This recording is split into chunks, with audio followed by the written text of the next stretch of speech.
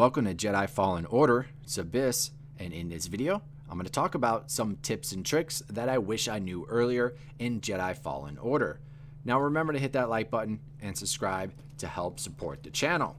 Alright, so let's talk about some tips and tricks that I wish I knew earlier.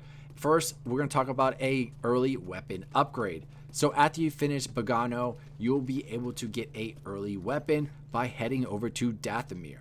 It is simple and easy to get. Just start at the meditate circle that I show you at the beginning of the video and follow the path that I'm showing you. It won't take you about a minute to get there.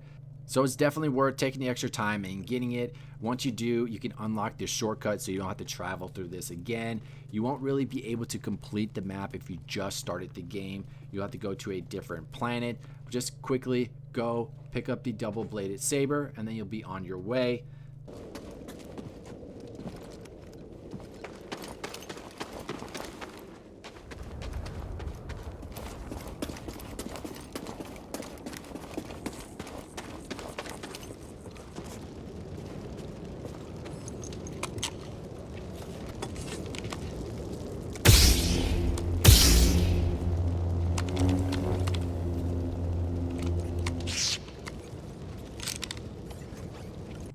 Next, let's talk about the Dark Souls and the Sekiro impressions. This game is being compared to those two a lot. And it's very simple. When you go to a meditate circle like I'm doing right now, it'll refill your health items, your life, your force, kind of similar to what, Dark Souls does when you go to a bonfire. When you rest, all the enemies will respawn again so that you can farm them over and over again.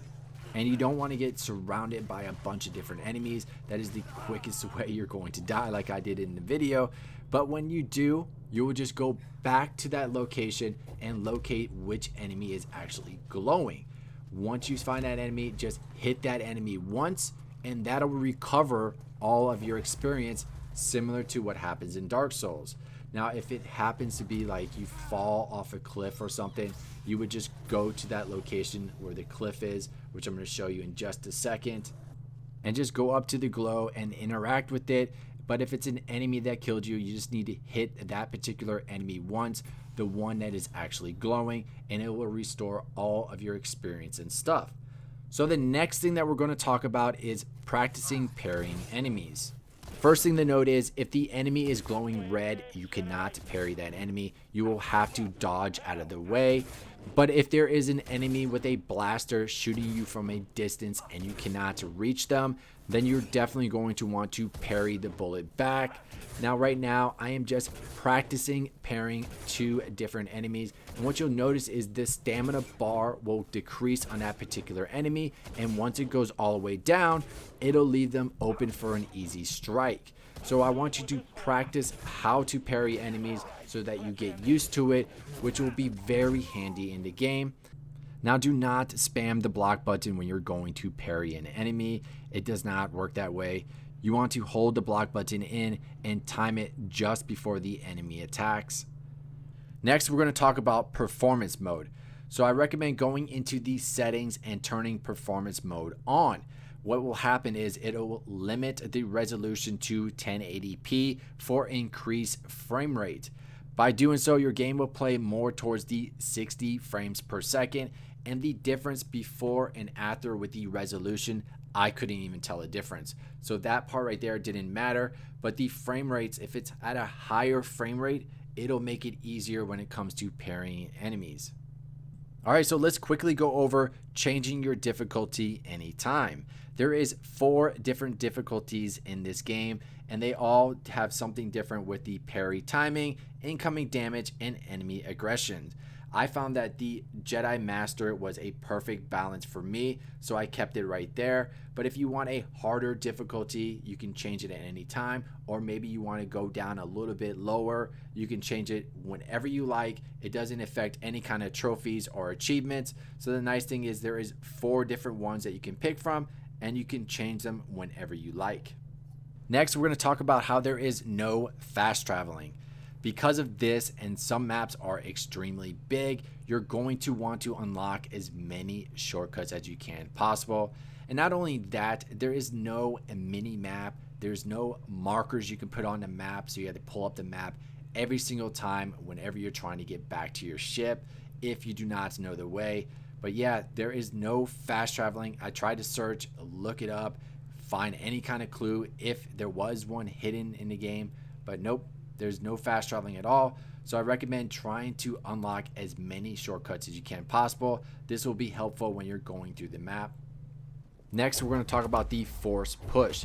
As soon as you get this ability, I recommend that you put as many upgrades as you can into it as possible. This will allow you to push multiple enemies or push a heavier enemy off the map. This is probably one of the most useful skills in the game. And not to mention, it kind of reminds me of the Assassin's Creed Odyssey, where you're kicking enemies off the map. But in this, you're just basically using the force push and launching enemies off the map, which is a useful ability to have.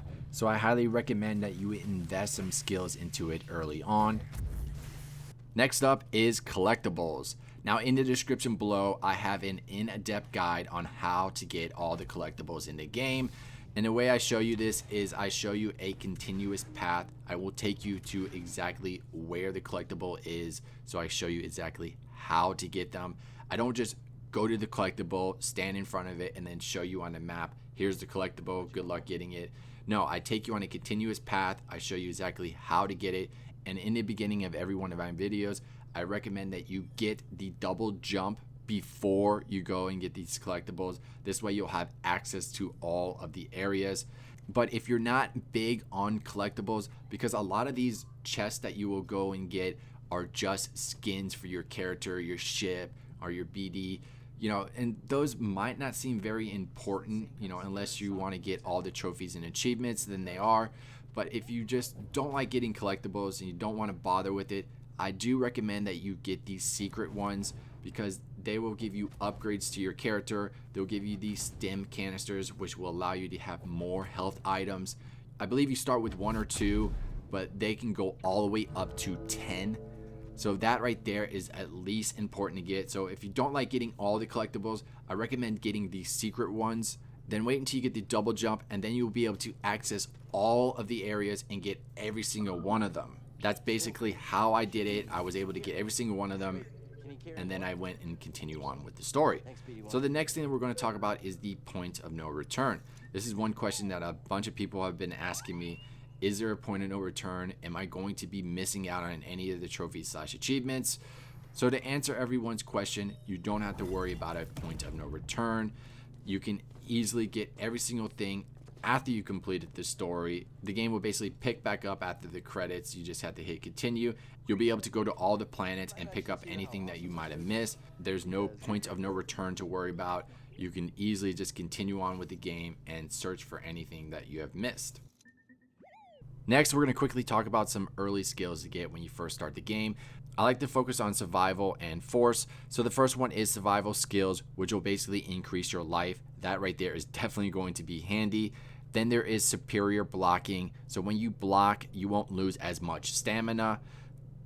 Next is force attunement, which will increase your force, just like the life. Those two right there are definitely you want to increase. It will be very handy early in the game. And then empowered slow. This will slow your target for a longer duration. That right there is definitely going to be handy. So those are just the quick ones that I would get. Once you get the force push, I would definitely throw a lot of skills into that one right there, because it's going to be probably one of the most useful abilities. All right, so next we're going to talk about platforming and fighting. So when I first started the game, I thought maybe about 90% of the time I will be fighting with my lightsaber. No, that is not the case. There is a decent amount of puzzles and platforming that you're going to be doing throughout this game.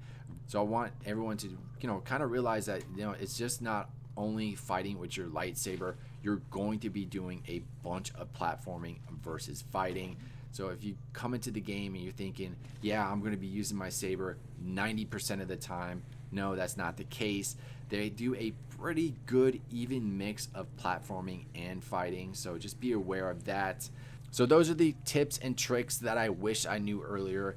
If there's anything that I missed, then please leave them in the comments down below. Everyone has been extremely helpful with my collectible guides if I end up missing any kind of echoes, which I appreciate so much. So if there's any kind of tips and tricks that I miss and you want to share them, please leave them in the comments down below. But other than that, I hope you all enjoy the video. Don't forget to like and subscribe to support the channel, and I will see you next time.